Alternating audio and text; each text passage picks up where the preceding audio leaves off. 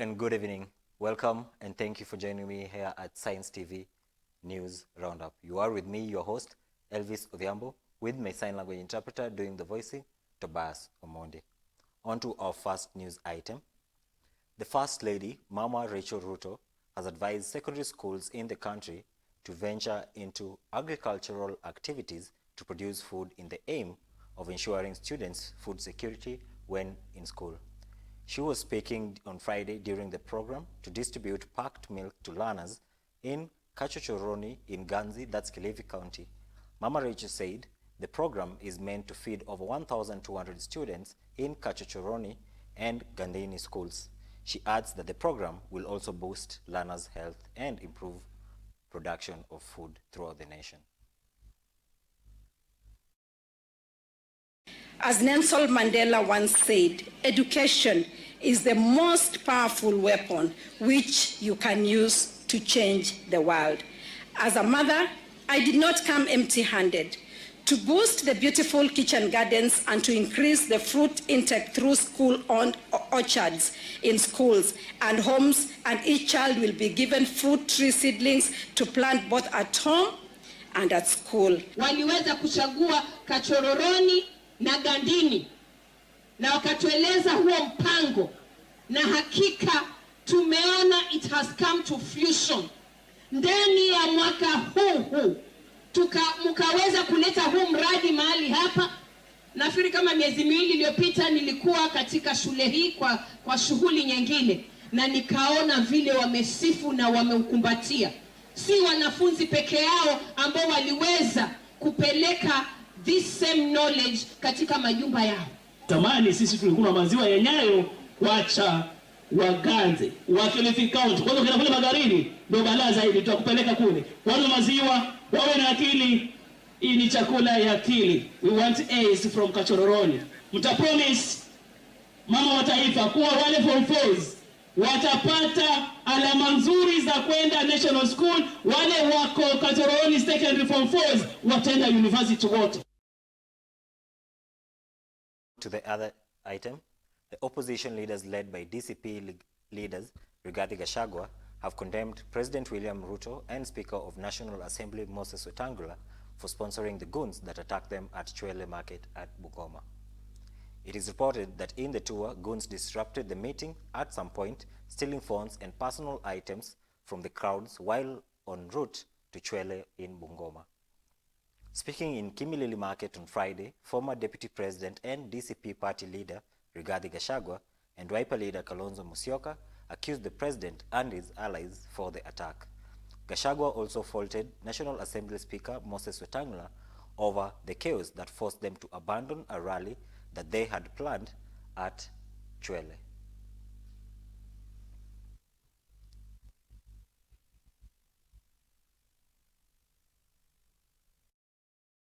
Mmetumika vibaya, si ndio?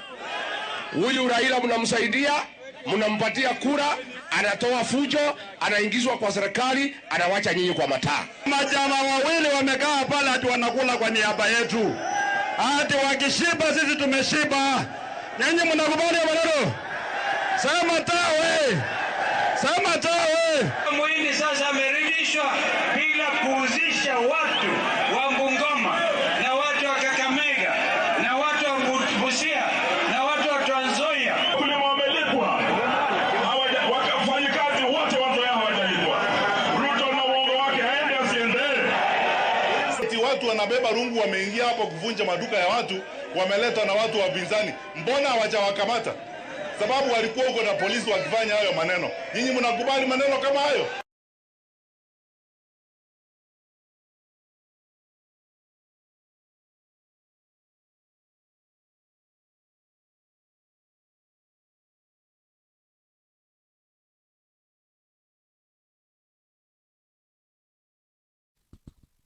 Moving on, activists from Makueni County are now demanding that the bill to regulate protests that has been tabled by the Nairobi Women Representative Esther Passaris be withdrawn. The activists say that the bill is aiming to overlook the people's right to demonstrate, and the passing of such laws shall take the nation back to colonial eras and eradicate democracy that has been achieved since independence. They add that the bill has no benefit to the nation and instead termed it detrimental to the democracy of the nation.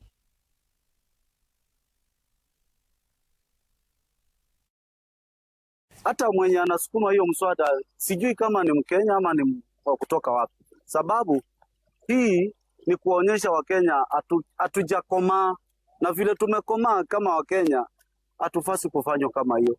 Naomba bunge hiyo mswada ikiletwa hapo waipige yangu. Katiba imetupatia uhuru wa kuandamana, wakati Esther Passaris na wabunge wengine wanasema ya kwamba maandamano ikuwe hatua mita 100 kutoka kwa public office ama state office. Inamaanisha ya kwamba Nairobi yote CBD hakuna mahali kutakuwa na maandamano, na utamu wa maandamano ni kuongea katika gate ili county commissioner to address issues zetu. Utamu wa maandamano ni kuongea katika gate ama ndani ya hiyo public office ili wahusika watu address, badala kupeleka kuweka hizi sheria ambayo ni zinakatabiza umoja ama uhuru wa protest na demonstration. Tunataka tuone hiyo bill ikisema waandamanaji waongezewe security ili wakiandamana wasiwe na infiltration of the goons. Kwa address mtu akawa karibu na sisi. Wewe tuambia 100 meters na tukuoni na hatuna speaker. Sisi want to speak out and we are coming hapo. Hiyo 100 meters we cannot. Tutakuja hata 1 meter ama hata something very near.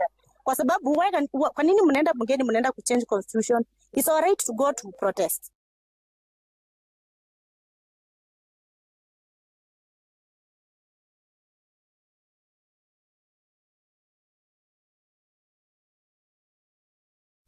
Moving on, then Nakuru civil rights activist Leban Omusundi has now filed a petition in the High Court to seek a 2-term limit for members of parliament and members of county assembly. In his petition, Omusundi demands that the High Court should declare that serving as a member of parliament or MCA for more than 2 terms is contrary to the principles of good governance and democracy outlined in Article 10 of the 2010 Constitution. Omusundi asserts that limiting the terms of MPs and MCAs will promote equality, accountability, good governance, integrity, and transparency, adding that renewing leadership can create fresh ideas, diversity, and youth leadership.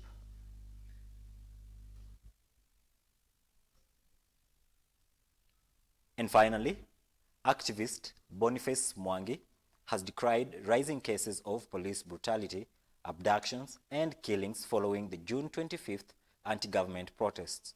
In an interview with journalist Mike Kihaki, Mwangi described the current state of the country as one ruled by fear rather than democracy.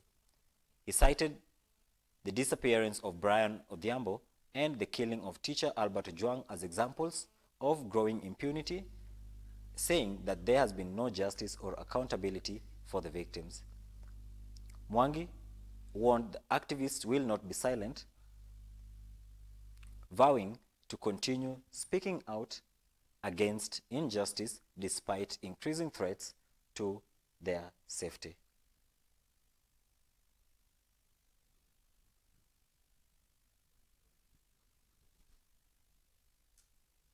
And that sums up our 4 p.m. news roundup. Thank you so much for following us and for joining us. Don't forget to follow us on our Facebook platforms, Instagram, Twitter, and TikTok. I hope you have a good evening. Goodbye.